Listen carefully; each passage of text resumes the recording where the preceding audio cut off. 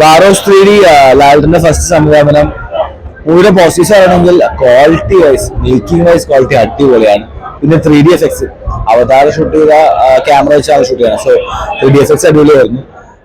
പഴയകാല കഥയാണ്, ഒരു പോർച്ചുഗീസിന്റെ ലാലിന്റെ ലുക്സ് നമ്മൾ ഓൾറെഡി കണ്ടാണ്. സിനിമാറ്റോഗ്രഫി നൈസായിരുന്നു, ഓരോ ഷോട്ട്സും മുതൽ നൈസായിരുന്നു. പെട്ടെന്ന് നമുക്ക് കണ്ണിന് അങ്ങനെ സാധാരണ റെഡിമൂവ്സ് ആണ് നമുക്ക് കണ്ണിന് പ്രശ്നമായിരുന്നു, പക്ഷെ അങ്ങനെയൊന്നും ഉണ്ടായിരുന്നില്ല. മൂവിയിൽ എനിക്ക് ലൈവ് തോന്നിയത് കുറച്ച് ഡ്രമാറ്റിക് ആയിട്ട് തോന്നി, ഡയലോഗ് ഡെലിവറിയും ഇതൊക്കെ. പിന്നെ ക്യാരക്ടേഴ്സ് പോർച്ചുഗൽ ക്യാരക്ടേഴ്സ് ആയതുകൊണ്ട് നമുക്കതിന് ആ ഒരു കണക്ഷനോ ഇമോഷനോ അത്ര വർക്ക്ഔട്ട് ആവില്ല. ബട്ട് മേക്കിംഗ് വൈസ് അടിപൊളിയായിട്ടുണ്ട്.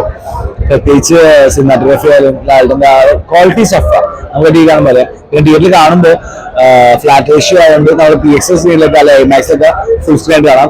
നമ്മുടെ നോർമൽ സ്ക്രീനിൽ കാണുമ്പോൾ രണ്ട് സൈഡിൽ ബാസ് ഉണ്ടാവും. സോ ആൾക്കാർക്ക് അത് ഇഷ്ടമല്ലെങ്കിൽ PXL പോവുക, അല്ലെങ്കിൽ നോർമൽ കാണാം. 3D എഫക്ട്സ് അത്യാവശ്യം നൈസാണ്, ഡെപ്ത് ഒക്കെ വളരെ എക്സസ് ചെയ്തിട്ടുണ്ട്.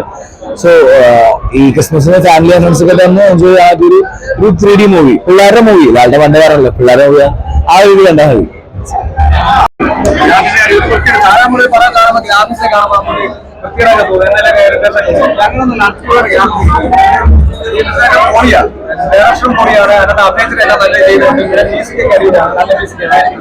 പിന്നെ കുട്ടികൾക്ക് മാത്രമല്ല ഈ പടം കാണാൻ പറ്റുന്നത്, എല്ലാ പ്രായക്കാരും കാണാൻ പറ്റും. ഞാനുള്ള കുട്ടികൾക്ക് മാത്രം നമ്മുടെ എല്ലാ പ്രായക്കാർക്കും കാണാൻ പറ്റിയ പടമാണ്.